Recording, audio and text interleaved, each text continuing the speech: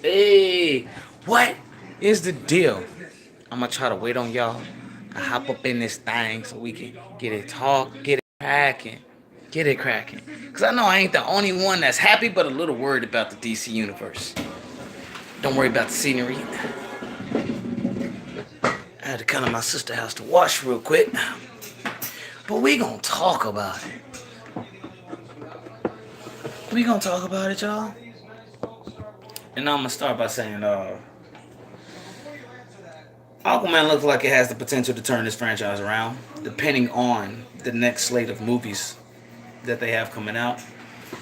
It seems like DC doesn't care about making anything, well, making a universe anymore. My opinion. And when I say that because you hear about the Joker movie coming out, you hear about the Birds of Prey movie coming out.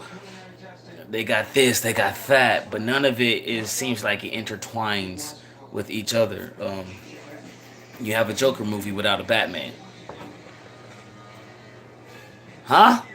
Like you can't like that's one thing that I really do not want them to do. Like Venom is a different character and a different breed of person than uh I would say he's a different breed and a different person than who was we just talking about? I'm sorry, y'all. I got short memory. Who was we just talking about in the DC universe? Who are they switching up on? Hold on, wait a minute. It's gonna come back to me, y'all. Cause he got like he's part alien, so it's not like fully him being evil. It's like he's being influenced to go that route. You know what I'm saying? As for the Joker, he was cool and then went insane. I feel like you can't. I mean, you can have a Joker movie, but you can't have a Joker movie without Harley Quinn and Batman in it. Like the reason why that works vice versa is because Batman has a lot of villains, but but Joker has this weird obsession with Batman. Like he's the only one that no one can kill Batman but him.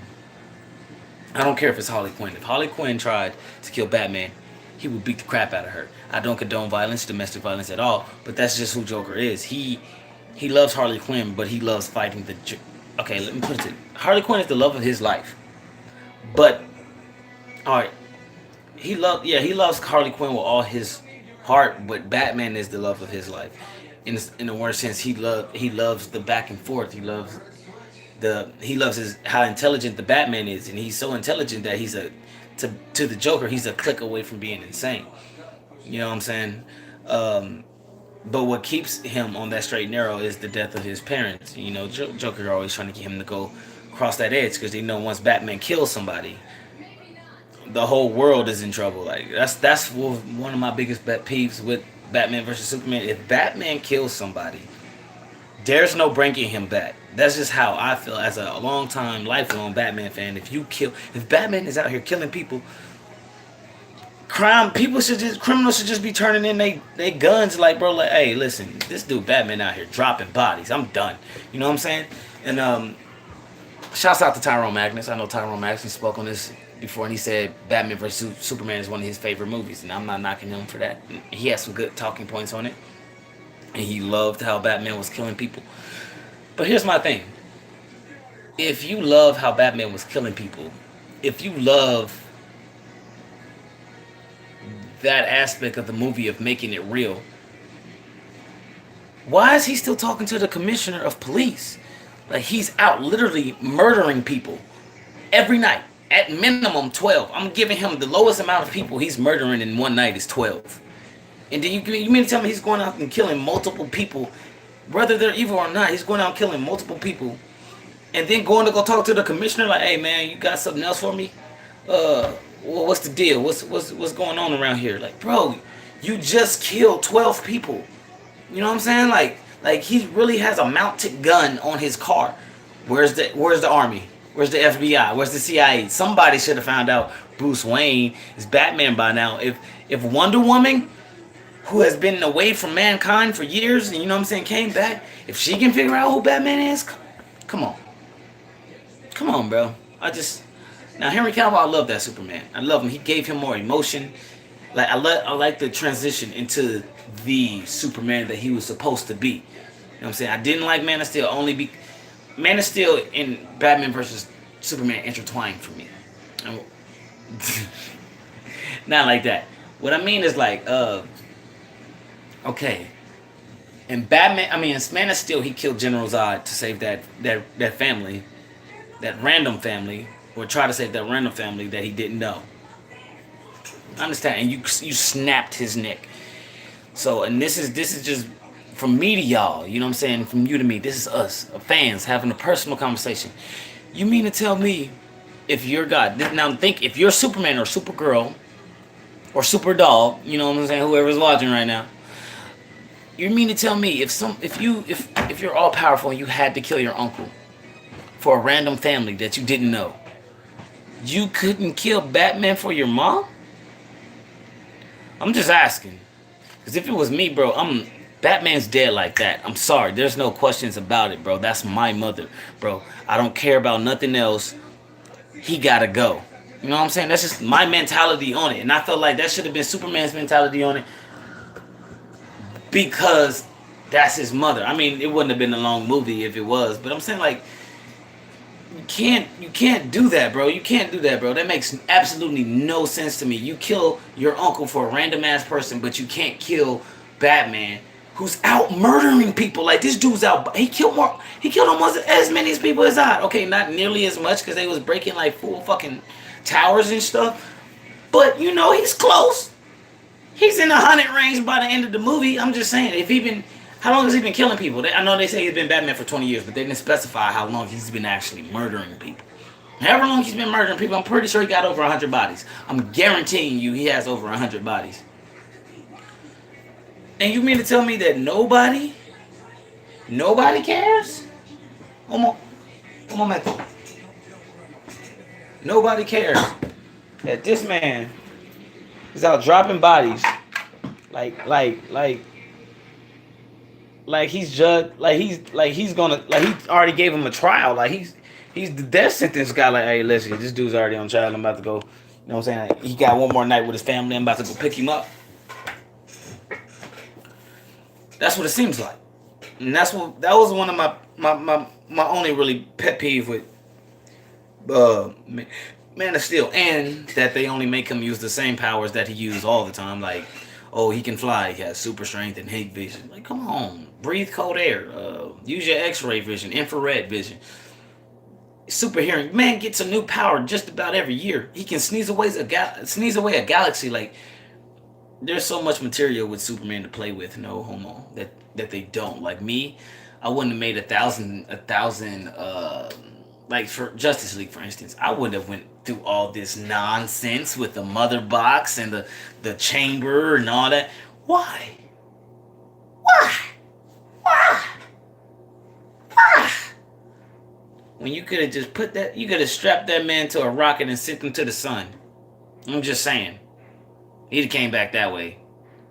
I mean, as smart as Batman is, as good of a detective as he is, he could have. I think he should have realized, like if his cells interact with sunlight or sun energy, it'll start as a defibrillator. It will rebirth him. You know what I'm saying? Then you didn't have to do the whole. He almost become Darkseid 2.0. You know what I'm saying? So. Not Darkseid, but Doomsday 2.0.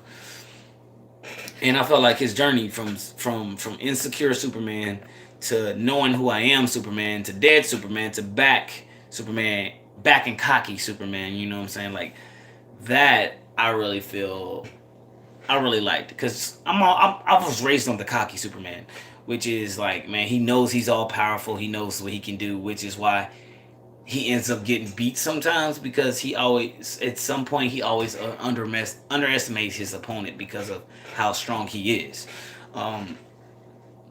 And they played that really well. Like once you come back from death, your confidence should be through the roof. I mean, like, you coming back from death, who can stop you, G? Who can say something to you? But yeah, that was my pet peeve for Batman versus Superman. And Man of Steel. It wasn't too much on Man of Steel, but mainly Batman versus Superman because I'm a Batman fan, and I really was disappointed. I'm like, nobody cares that Wonder Woman just showed up out of nowhere and was like I'm gonna just keep it real.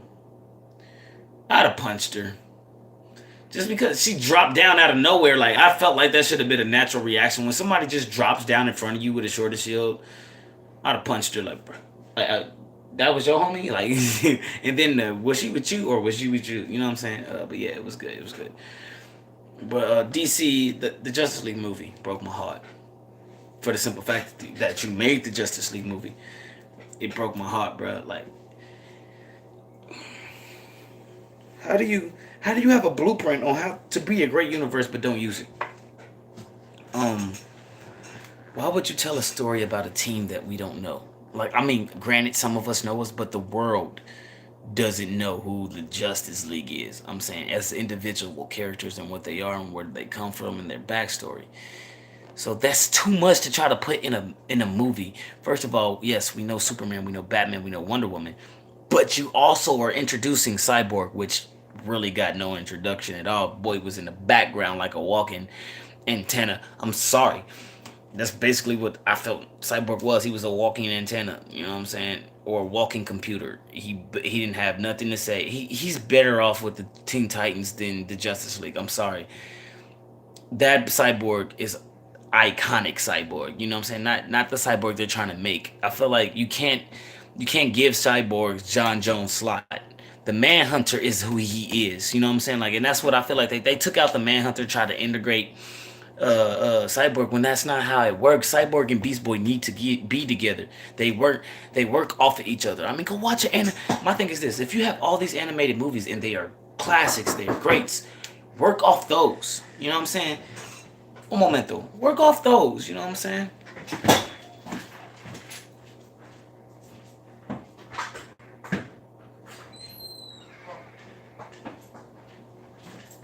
Like, to this day, yeah, my mama making some good beats. Like, to this day, man, you can still work off the Teen Titans TV show, bro.